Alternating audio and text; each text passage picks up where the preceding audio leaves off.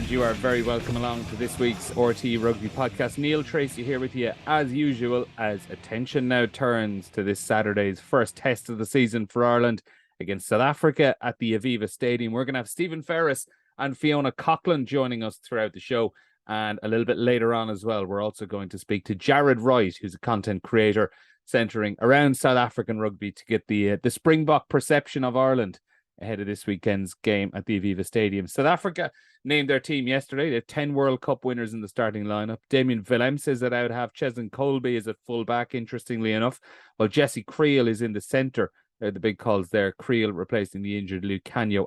Ireland will name their team tomorrow. We will go through that with Stephen and Fiona. That's coming next. But a reminder as well, get in touch with us here on the RT Rugby podcast, because we want to put some questions from you to our guests over the next few weeks. If you have any questions you want to send on to us, get in touch using the hashtag RT Rugby, or you can tweet us at RT Rugby, or even just send me a tweet directly at Neil_Treacy. So get those messages into us, because we will be back every Wednesday throughout the Autumn Nation series. Coming up next, though, we'll be talking to Fiona Coghlan. But first, Stephen Ferris.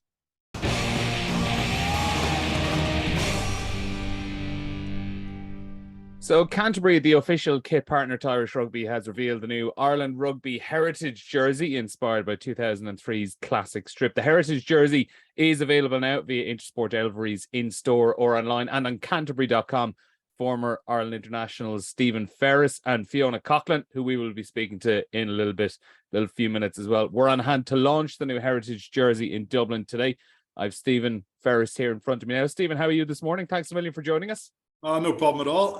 Good to be down in Dublin, albeit the weather is absolutely lashing down with rain. So, thankfully I'm not outside in my Heritage jersey.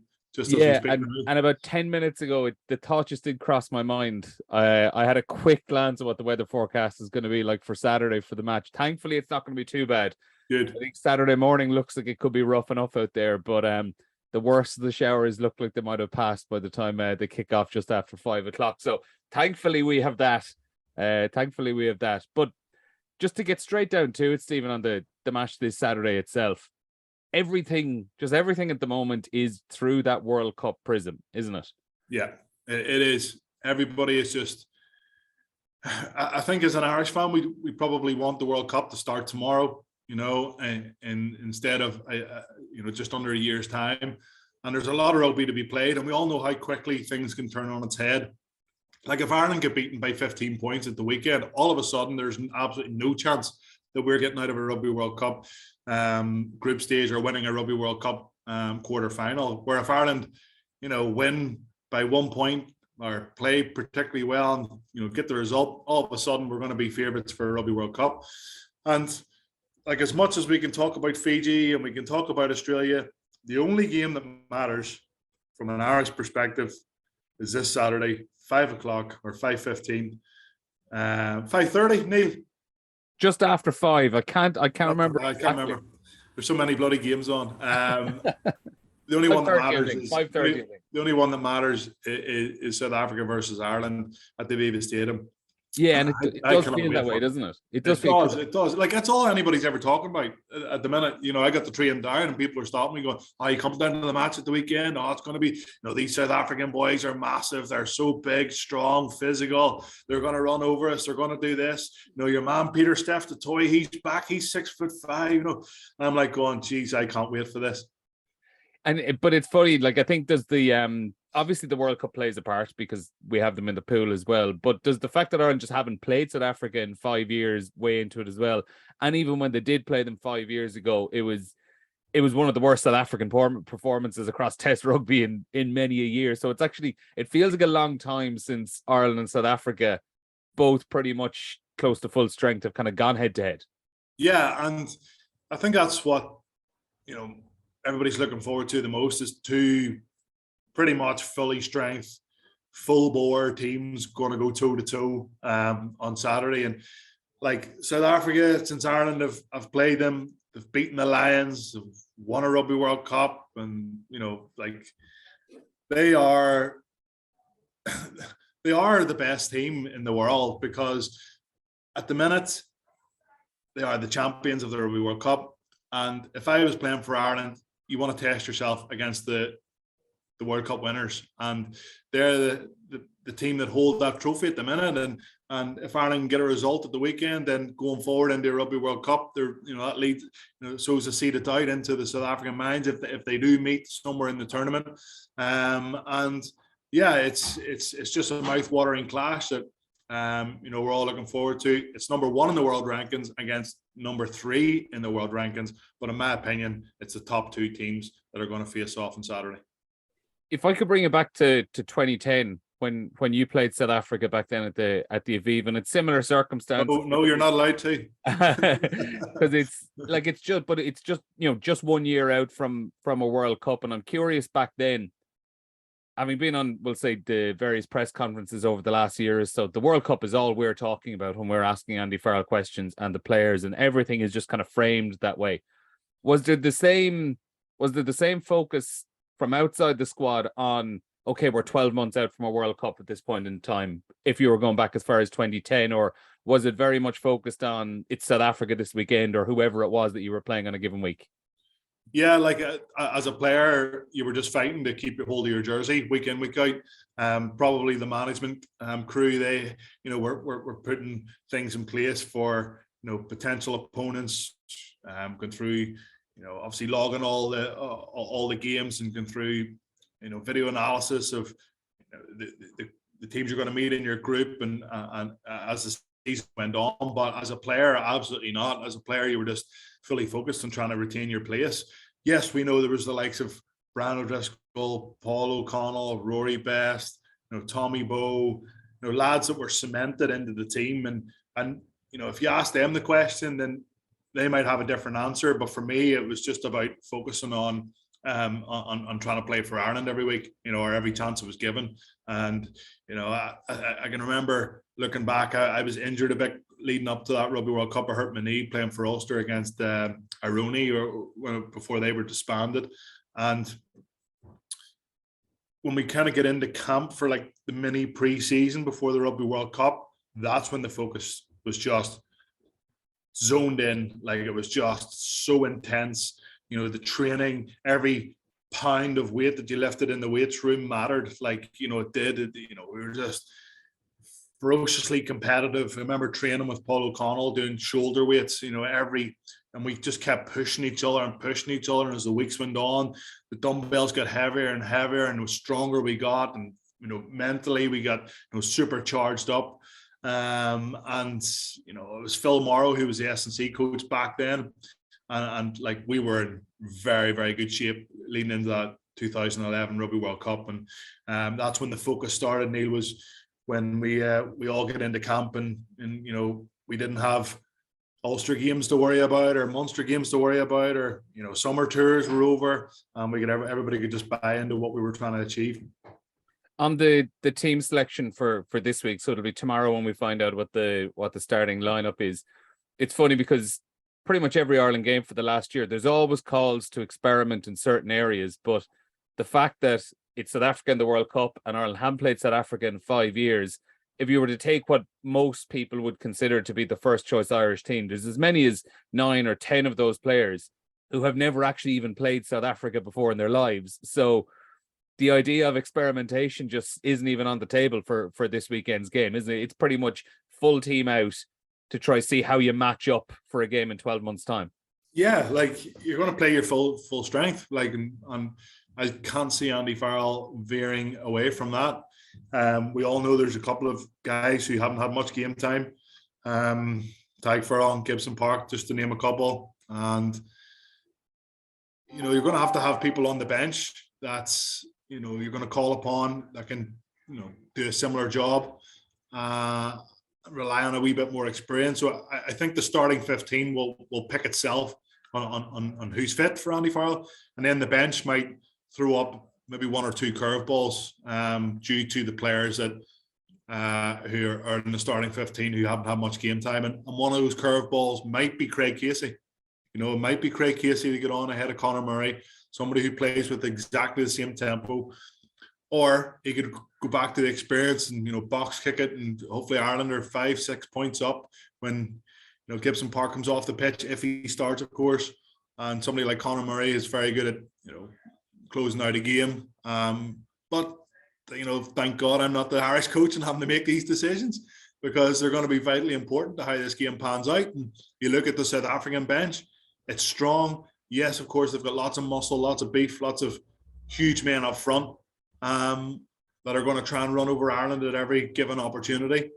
And, Ireland are going to have to meet that. And the boys that are coming off the bench are going to have to make an impact as well. So it's, as Ron O'Gara said, just before his La Rochelle victory in the European Champions Cup, it's a 23-man game, and Ireland are going to need all those 23 lads on Saturday. Yeah, and I think the big question is, how well equipped are Ireland to deal with the South African players who, as you said, are going to be trying to run over them for 80 minutes? Yeah, like they're so direct. Like, so in training, do you just run up and absolutely smash them and put every ounce of your body weight into them and see how you get on? You got to be smarter than that. When you're making a tackle, it's about double teaming certain players. It's about tagging the ball, recognizing who offloads the ball more, what arm they carry the ball in. You have guys like Jasper Wieser who can dual carry, fend with both hands. So it's really important that you tag him and tighten him up. We know that the likes of Johnny Sexton likes to tackle very high, likes to choke tackle. Is that a good option against South Africa? Generally, over the last few years, it's not, because of so much weight and guys coming in behind just to blow over breakdowns and still generate a very quick ball. And if anything, Ireland could probably get penalised for not rolling away from the breakdown. So it's there's going to be a few technical things that they're going to work on this week to make that physicality side a little bit easier. One of those is definitely going to be around the tackle zone, around the tackle area, and being very accurate around the breakdown. Ireland are always generally very, very good at that when they are in attack, but it's in defence that they're going to be challenged so much more this weekend, when they're having to defend time and time again with pick and jams, coming around the corner, Malcolm Marks steamrolling onto the ball, and then after 50 minutes, Mbonambi comes on and does exactly the same thing. That's where the big challenges lie on Saturday. Final couple of questions I have for you, and one of them is pretty much on what you were talking about, their breakdown and the tackle area and the importance of that this Saturday. With that in mind, what's a starting back row for you that you're hoping to see? Is it the O'Mahony, Doris and Van der Fleer combination we saw in New Zealand? Does Jack Conan come back into things? Is there someone else on the outside that gets a nod in there? I think like Jack Conan starting for the Lions against South Africa at number 8, and he's got a taste and a feel for what they're going to bring. For me, Ireland's strongest back row is Jack Conan, Van der Fleer and Doris. But then when you come to set piece, we know how good Pete is in the set piece. And like on form, Pete hasn't played particularly well this year for Munster.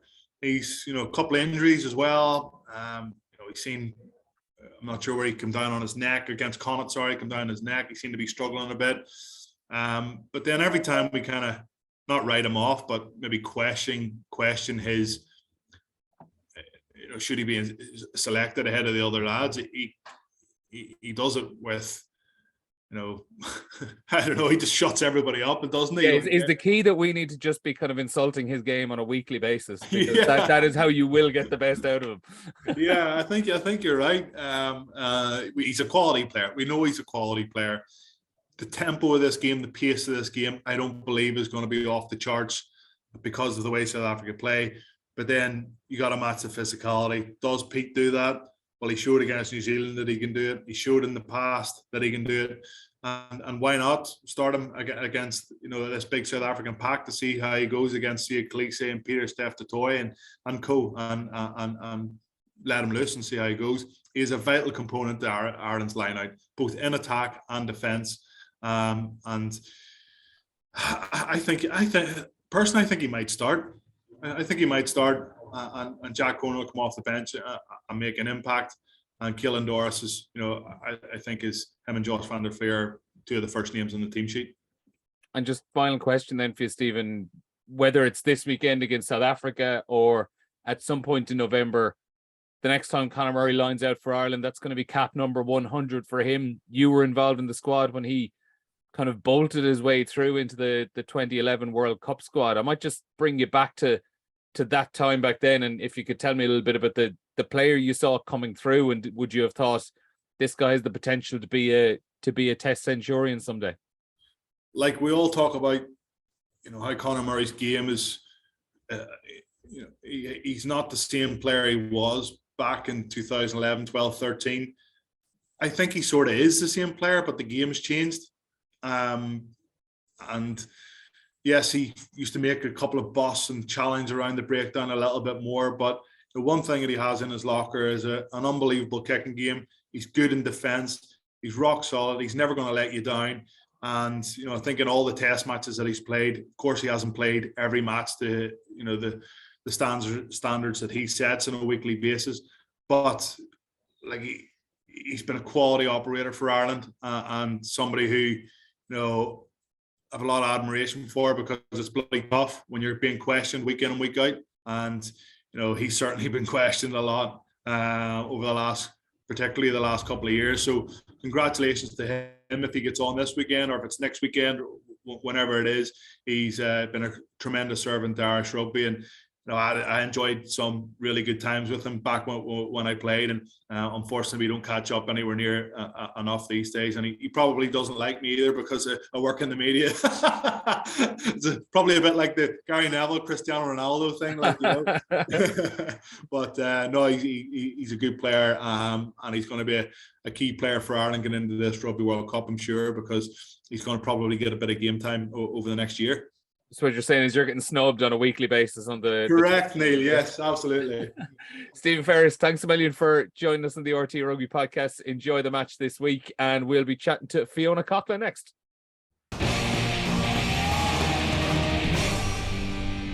Now, delighted to be joined by Fiona Coghlan following Stephen Ferris. Fiona, thanks a million for joining us on the RT Rugby podcast. Cheers, delighted to be here.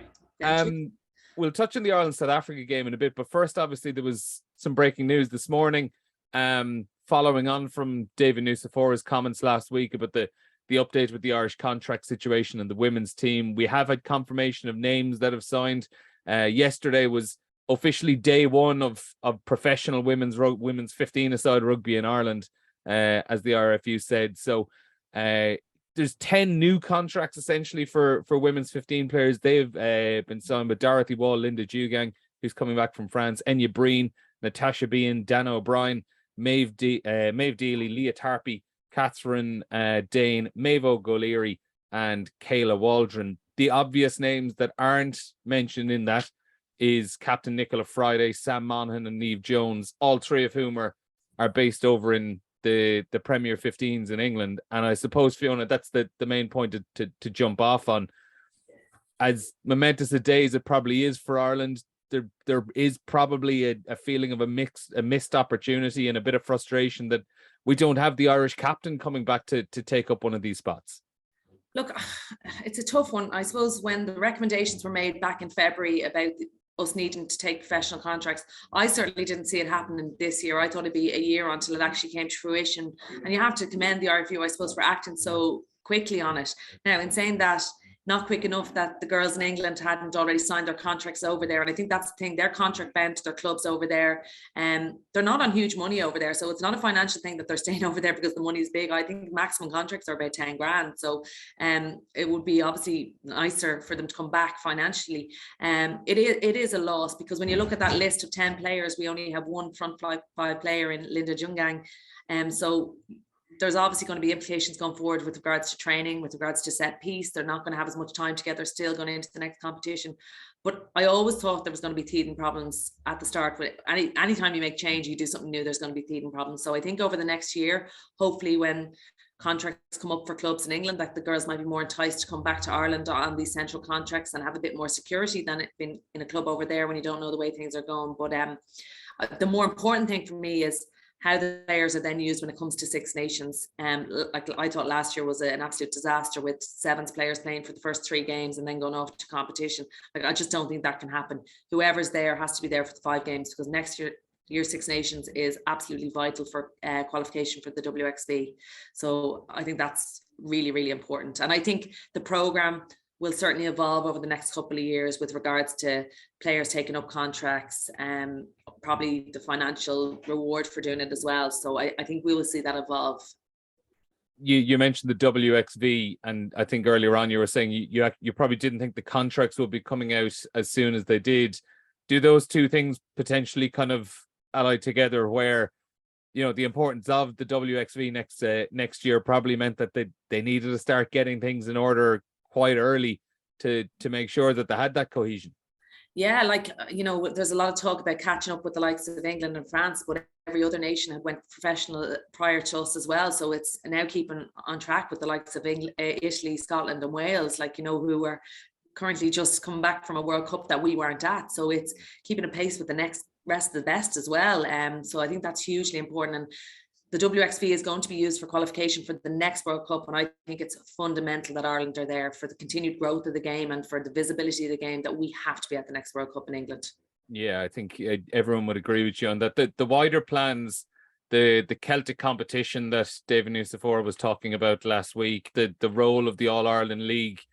How did you feel when you saw those things mentioned? What do you see the role of them down the line? See, I haven't really seen the clear strategy of what direction they're going to go. For years, I bemoaned the interprovincials, and I didn't actually see the point in them from a development point of view, because they were just so ad hoc every year. You play your 3 games and then there was no forward planning with them or sustainability with them. So it'll be interesting to see what purpose they take in the next couple of years, or indeed if they're going to go with the AIL as a feeder into the national structure. The Celtic League is an interesting one, because obviously it takes into account Scotland and Wales as well, where a lot of their players were playing in the Premiership as well. So it'll be interesting to see whether they take their players out of the Premiership or what format's going to take, where the team is going to come from. Is it going to come from these 10 players plus a few more that show up well in the AIL and the Interpros? So I think there's still a lot of question marks over that and the strategy that they're taking with regards to the pathway. And for me, that was always the main thing. It was the pathway and how we develop players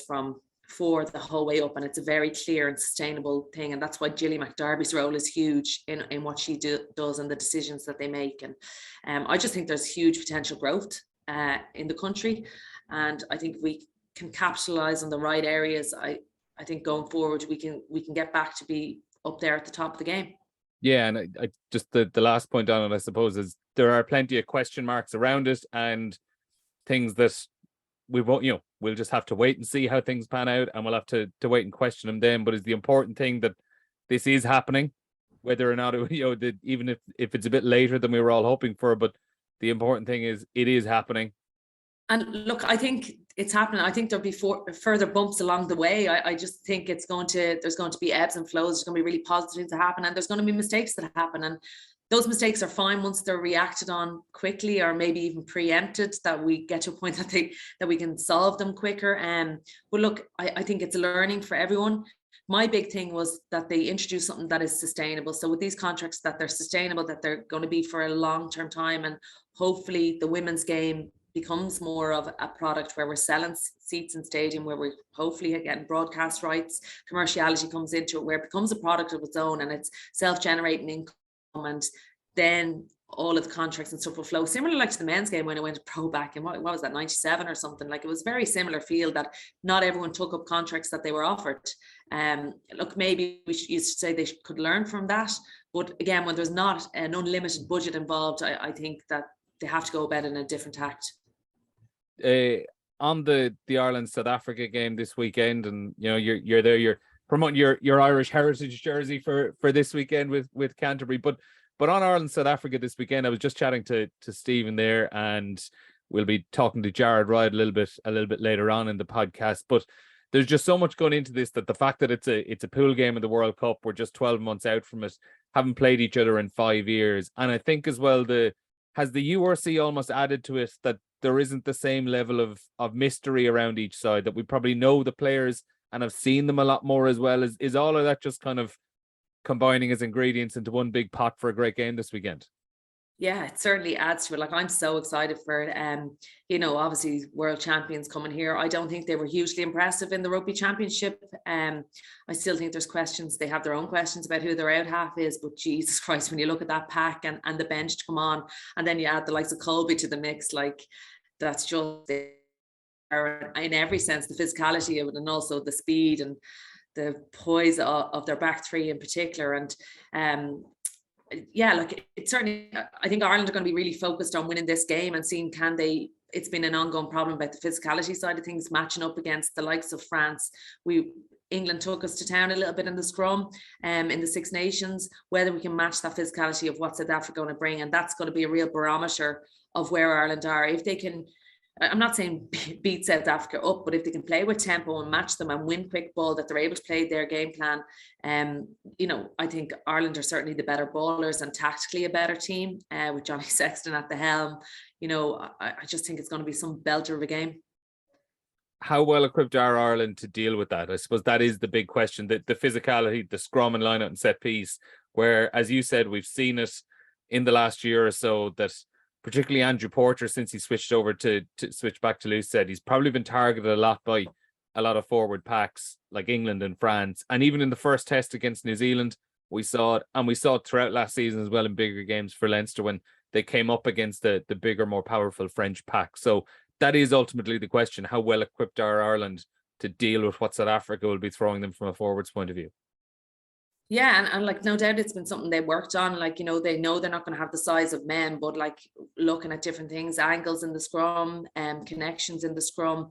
And I'm sure, no doubt, that they've spent an awful lot of time on their set piece, because that's really important on their launch play of where they go. And then with regards to the breakdown, I just thought they were really clinical in the breakdown in the last couple of test matches, that they got the quick ball, and whether they can, again, they're going to be looking to try and change the angles that they're going at, that they don't allow South Africa those dominant front up hits, that they're getting gain line and cleaning out quicker, that tempo is there. And it'll be I'm really interested to see Ireland's squad selection, whether we have Gibson Park and we have Keenan there, because I think that could alter the way that Ireland are going to play, because we kind of need them to play the Ireland way. And if we can get even parity at set piece and at breakdown, I think Ireland are a better rugby team. I think they're more tactical, I think they're more skillful, and they're definitely fitter. Around this time, kind of the year out from a World Cup and stuff, we're often accused of being too focused on the short term and the one-off wins and not planning ahead for the future. But when I think it's about 9 or 10 of the current Ireland squad haven't, what will likely be a starting lineup, I should say, haven't played South Africa before. They're going to have to play them in a World Cup pool game. The result actually is quite important this weekend, isn't it? Like, just to prove to those players who haven't played South Africa before that, okay, we are capable of beating them. And we also are capable of beating a team of that style, because, as I think Andy Farrell of Johnny Sexton said, the closest they've come up to that has been something like France, where they have struggled in recent years. I think, like, obviously the win would be great, but I think the manner of the result, if they do lose, it's the manner in which they lose. Like, if they're absolutely steamrolled, that will be a crushing blow to where they've at, how they've developed their game. And it's kind of, now where do we go to, because they're going to have to totally relook at it. If they lose and they're competitive and it's a bounce of ball or it's a referee decision, which ultimately could be, I don't think that's as bad as if they're absolutely steamrolled. So yeah, look, the result is always important, but I think it's the manner of performance and where they're at it in terms of that is way more important going forward. And then, like, I know obviously Johnny and stuff will be starting this week, but I think it's so important then for the further two games that we see who's next in line, because I think we don't know who the next best 10 is, and that's going to be an ongoing dialogue for the next bloody year and beyond. I think we're going to be a long way through the next World Cup cycle and we'll still be talking about it. But on that point, like, Johnny Sexton spoke of that yesterday, how there were 51 players out there training in Abbottstown yesterday, and he said he had to stop at one point. I think pretty much 20 of this group aren't going to be going to a World Cup, and that's the depth that Ireland have to build. And they had the tour matches against the Maori All Blacks during the summer. They had the Emerging Ireland tour a few weeks back, and now they have this game against the Ireland A game against an All Black selection on Friday night at the RDS. The big question, I suppose, is are those games enough to see what you have coming next down the line, or do you need to start feeding these guys into the proper test matches? Look, I think Andy Farrell has done a phenomenal job, and the importance that he placed on those midweek games and also on Friday's game and the Emerging Ireland tour, that he is looking at those players and he will reward them if they front up. And, you know, I think he said the whole squad will be there on Friday night watching and supporting. I think that's huge from a cohesiveness and a squad development point of view. But at some stage, they have to step up and be playing in the cauldron with those players inside and outside them, that they get their decision making improves at a higher intensity and a higher level. So I think at some stage we will have to see them, and I don't know when that is. Is it next year's pre-World Cup friendlies? Is it some of the games in the Six Nations? But like whoever that 10 is, if it's Frawley, if it's Carberry, that they're playing with Gibson Park inside and whoever outside them, I think that's hugely important. Final question is the most important one, the toughest one. What's the verdict this Saturday? I think if Ireland are at full strength and can get parity, they'll win. But I'm hugely excited. Like I'm so excited. What's full strength thing? Is that Hugo Keane and Gibson Park fully fit? Yeah, obviously we're missing Lowe. It's kind of who takes that as a Balakoon in there to fully finish. I know Farrell said before he doesn't like his wingers to be tidy, where I think Balakoon is that tidy kind of full out finisher that probably hasn't featured in a Farrell squad. So that'll be interesting. But yeah, I think Gibson Park is really important, that tempo and speed, and Keenan has just been unbelievable at fullback since he's gone in there. And then you keep your players on the pitch for as long as possible, you know, the likes of Sexton, the likes of Furlong. Yeah, that scrum battle's going to be tasty, isn't it? Yeah, I'm looking forward to that one. Fiona, enjoy the match this Saturday. Thanks a million for joining us on the RT Rugby podcast, and we'll speak to you again soon. Thanks. Now, to find out a little bit more about the South African side of things, I'm delighted to welcome content creator around South African rugby on Twitter, Jared Wright. You can follow him at Jared Wright 17 on Twitter. Jared, thanks a million for stopping by and chatting to us again. Oh, it's great to see you guys again, and excited for this weekend. It's going to be a great match, I'm sure. Yeah, it's the excitement I think I'm going to start on specifically, because I think there's a lot to be said for international teams, big test nations only playing each other every 5 years, because the gap that these two sides have gone on since they last played each other, it has just absolutely ramped up the level of excitement that we're getting over here in the last couple of days. Now, particularly because of what South Africa have gone and done since, where they were at quite a low ebb at the time in 2017, and they've completely turned things around and won a World Cup, and then followed that up with the Lions series as well. But the gap between these two fixtures going back as far as 2017, it really has just kind of ramped up the intensity and the excitement around it, hasn't it? I think so, and Ireland have also improved a hell of a lot as a team. So for South African fans, I think it's just as exciting that a strong South African team is going over to Dublin to take on a strong Ireland team. And we all know where South Africa were in 2017 as a performance was, and it's a very different team that's going, very different management going. So I think it's going to be a lot more competitive. I sure hope so. Yeah, and like obviously I think as well, you mentioned the management. I'm sure that plays into it as well, where the Irish supporters, for example, are just so much more familiar with someone like Razzie and Jacques Nienaber and just Felix Jones as well. Like there are a lot of connections, I suppose, really between the two camps. 100%. And I also found it very interesting that they called up Jason Jenkins. Yeah. I think they tapping into a bit of the Leinster knowledge there as well. And it's I think they did quite a good job here at Munster and set Munster up nicely, and it just didn't carry on from there. But you can see the quality of the coaching from where South Africa were to where we are now. And like I said, it's just going to be a very exciting match. There's a lot of stories to come out of it. I'm sure the post-match conferences and that will be as well. Well, yeah, the pre-match ones are giving us plenty to talk about as well. Like, I mean, yesterday, for example, Johnny Sexton was asked about Ireland's position as world number one in the rankings, and he obviously is keen to play it off as South Africa are the best team in the world, because they technically are the world champions. You know, the rankings only mean something once every 4 years, the day after the Rugby World Cup final. And I suppose it is actually 3 years ago to the day since South Africa were crowned world champions. But to get around to my point, what would the perception be of Irish rugby down in South Africa? Do they see Ireland as one of or potentially the best team in the world? I think there might have been some doubts in July before Ireland went over to New Zealand, but South African fans are well aware of the challenge that the All Blacks pose, especially at home. And I think the last team to win 2 games in New Zealand in 1 year was South Africa in 2009. And that 2009 team is regarded as one of the best South African teams ever. So I think the perception has definitely ramped up a lot more, and people, the South Africans, respect the Irish team a hell of a lot more since July, and beating New Zealand back to back and beating them in their own backyard. So yeah, I think there was also that comment that Rassie made in the Chasing the Sun documentary, or where he mentioned Ireland as softer than Wales.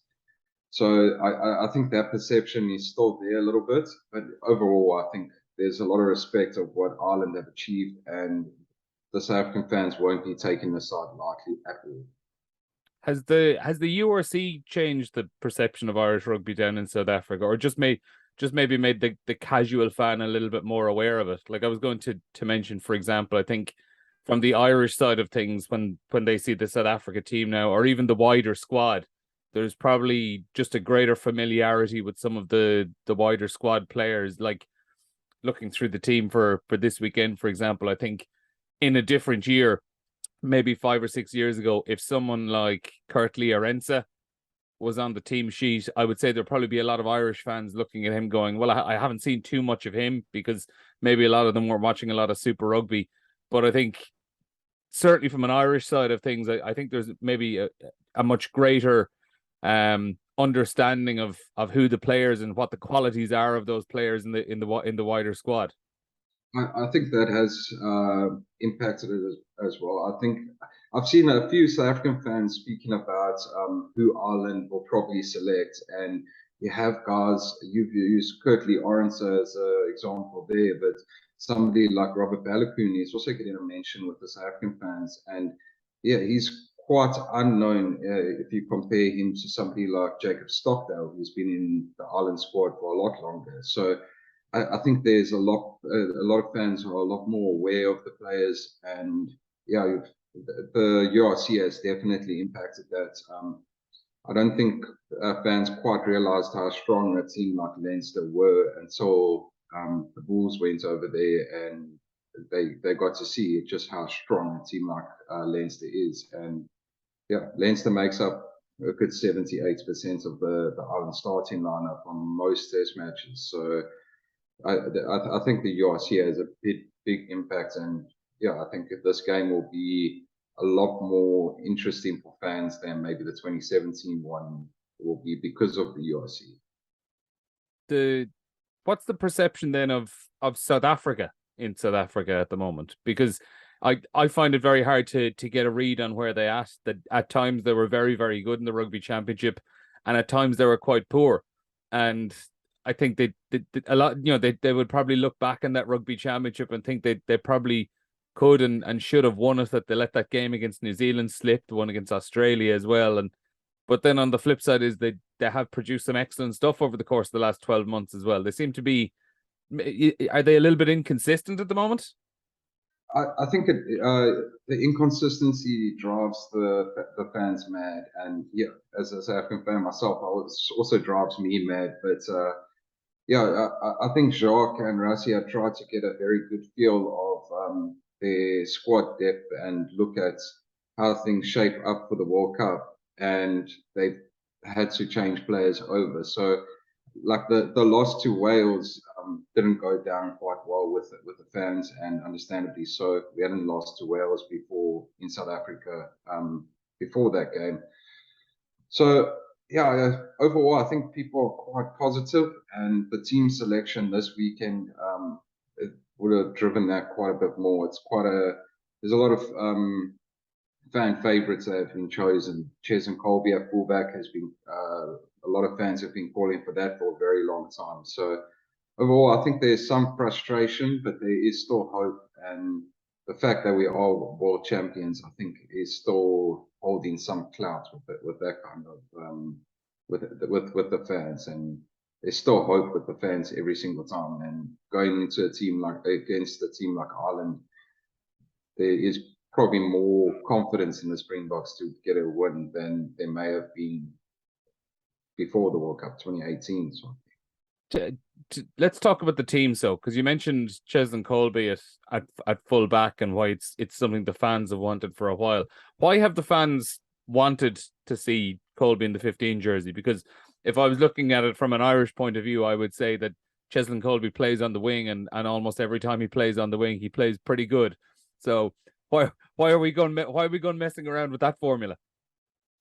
I think that's well, a lot of the fans, they love to see Colby in space, and at fullback you will get quite a bit of space with that. And he played fullback at the Stormers, he played it a bit at Toulouse, and the fans just want an exciting brand of rugby from the Springboks. And in doing that, we've got guys like Damian Willemse starting at fly half, and we've got a very exciting back three. And we've always had the All Blacks as our big rivals, and the All Blacks have always played an attractive brand of rugby, and fans have wanted that. So, and I think that's where it stems from, and I think it's quite exciting that we get to see Kirtley, Arendse, and Cheslin Colby in the same back three with Makazole Pimpy. I think for the wider game in general, it's quite nice to see two players. You know, they're Arendse and Colby. They're both short. They're relying on speed rather than just like pure power and physicality. So I think probably for the game in general, it's actually good to see more of those players playing Test rugby. But on the team, and it was something you said to me just before we started, that you said that this felt like a team that was very much Jacques Nienaber's team rather than a Rassie Erasmus team, and it's probably the most Nienaber kind of a team that he's picked so far in his time. I really do believe that. I think Nienaber wants to develop the Springbok attack, and I've been saying it for before the Lions tour. I saw hints of it against Georgia, and then against the Lions, they sort of tracked back and went very conservative. And then in the Rugby Championships in the November that followed, it almost seemed like he was trying a few things and it just wasn't coming off. And I think all defensive coaches are attacking coaches at the same time, because you always try to figure out what the opposition's attack is going to do. So you come up with plans to fight that and defend that, and you sort of learn things and want to implement those things once you are in charge. So if you look at Ireland, they've gone very attacking under Andy Farrell, and people are concerned that wouldn't be the case. So I think a guy like Damian Willemse, who is a very attacking minded, he's always looking to beat a defender or put another guy into space, is just the kind of fly half that Nienaber wants. And then when you look at the bench that he selected, he's gone and selected two open side flankers, if you want to call it that, or fetchers, to stifle the Ireland's attack and their multi-phase attack. And I think that's another very defensive defense coach move to battle that. So when you look at that compared to Rassie's team that in the World Cup final, he had two second rowers on his bench to continue that power game and the physicality. And we had Andre Pollard, who's more of a kicking 10 and more of a ball carrying 10. And Willemse, do you see Willemse as potentially the long-term number 10 option with South Africa, or is he still at the moment just filling that hole, and maybe he's better suited to other positions around the pitch?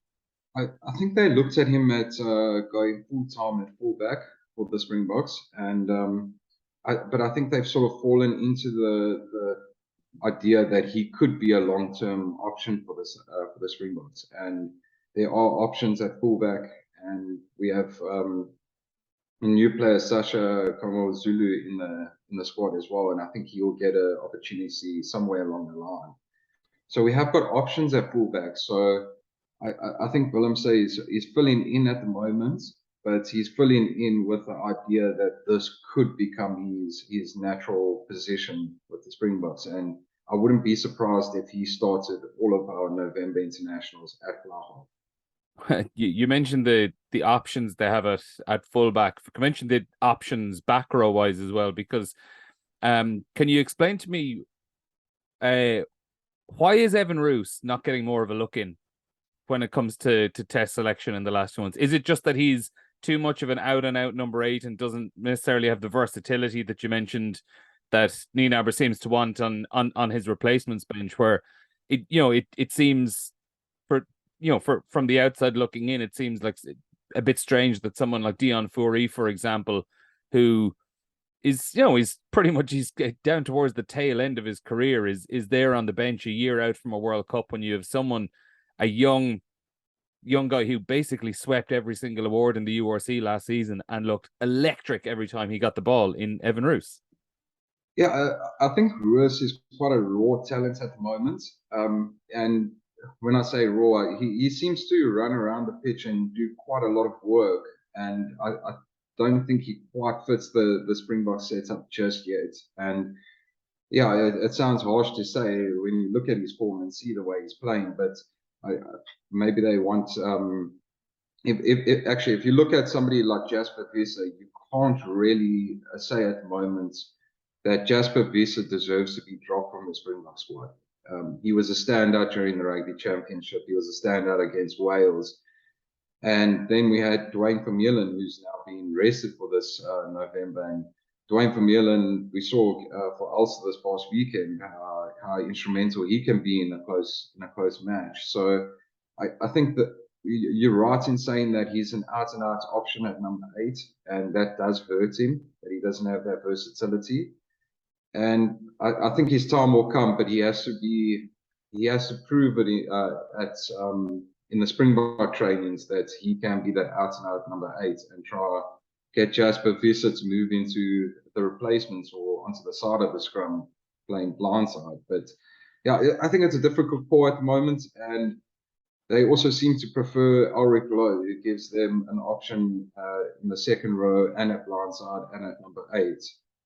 So I think it's a congested position, if that give a short answer about it. And I haven't even mentioned Kwagga Smith, who also plays number 8 for the Boks, and Dion Fourie, who's also going to play an 8 open side hooker kind of option. Yeah, I mean, it just sums up all the options. Would you expect Roos, for example, to play next week in the South Africa A game against Munster for some of those Munster fans who have those golden tickets, might be heading along to watch it? I think it's a possibility. There's not a lot of back rowers in the South Africa A squad. I think they only named 2 in FC Buthelezi and Sukabuze Noche. So I think he might come in. But the 2 guys that they did choose in the SAA squad are also number 8s. So I think it's a bit tight, but I think he might play that, or he will play against Italy for the South African squad. Yeah, he's kind of stuck between stations at the moment. The last point I want to make on the specific team selections, Jesse Creel at outside centre, he doesn't seem to, anytime he gets selected, I'm going off the kind of social media reaction, he doesn't necessarily seem to be the most popular pick when it comes to South African teams. Why is that? I'm not quite too sure. I think a lot of it stems from Heineke Meyer's time in charge of the Springboks, where South Africa played very conservatively. And then when Alistair Coetzee was in charge, we had that poor run of form, and Creel was the main man at outside centre. So I think a lot of it stems from those performances. But I think fans are a bit frustrated that he doesn't seem to pass the ball too often. I think he is a conservative selection in the sense that he won't make too many mistakes with ball in hand, but he might not be trying anything too expansive. But yeah, I like that he's in the team. He's a very sharp defender in the 13 channel. And obviously, when you're comparing to Lukhanyo, it's not a fair comparison. Yeah. You're comparing Lukhanyo to anybody essentially. You're losing out a lot when it comes to that. But Creel, I mean, he has bucket loads of experience. I suppose that's the thing, isn't it? It's exactly that. And when you look at the Springbok selections, or if you look at the URC teams and you try and find a 13, there aren't too many other 13 options besides Jesse Creel once Lukhanyo Ang gets injured. We have Henku van Wyk, who's a 20-year-old. You don't really want to throw a 20-year-old out on test debut against Ireland at the Aviva. It's too risky, that, I think. And outside of that, there really aren't too many choices. So Damian de Allende could play 13 for the Boks, but then you move in your best inside centre to outside centre. So I think it's a straightforward call, but it's not a popular one. Yeah, and to the last couple of questions I have, I can't believe I've gone this far without actually just talking about the scrum and lineup for South Africa, because I suppose it's probably the one thing we certainly know a lot about. There aren't too many unanswered questions in that regard, but the way they use the scrum and line out for penalties and territory and possession and working their way up the field, it hasn't been the most popular worldwide over the last couple of years. And you mentioned there earlier on at the start that Jacques Nienaber seems to be one to kind of expand the attack a little bit more. Has the tag that South Africa are quote unquote like a boring team or a very kind of cautious team, is that something that annoys Springbok fans, or are they happy to embrace that? I think it's a bit of both. I mean, as long as you're winning, obviously, I'm sure plenty of Yes. people are happy to embrace it. I think it's got a lot to do whether we're winning or not. I think more trials are celebrated a lot more when South Africa are beating New Zealand like they did at in Bloemfontein, or in Nelspruit, sorry. So when we beat in the top teams, everyone's quite happy with our more conservative approach. But yeah, I'm quite proud of it. I enjoy the physical side of former forward, so I love the beauty of it, and I think adding the extra attacking play with that, like somebody like Damian Willemse can bring, would just make the Springboks a lot more stronger. And yeah, like I say, I like seeing the referees arm go out for a scrum penalty or for another penalty from the maul, but we do need to have a plan B when that's not going right. Yeah, I think Nick Amashikeli, the Georgian referee, is going to be a busy man this weekend. Jared, that's where we're going to leave it. Thanks a million for stopping by and chatting to us. I hope you enjoyed the match this weekend. If people want to follow you on Twitter, it's at Jared Wright 17 is where you can find the gift dump on a Monday morning or Tuesday morning after a test match, isn't it? Yeah, and definitely doing one this week. So, and I did do one for Ireland a few months ago that I'll reshare. Great stuff. Pop that up there this evening. And listen, enjoy the match this weekend. Jared, thanks a million for joining us. And I'm sure we'll speak to you again later on throughout the URC season. For sure. Thanks, man.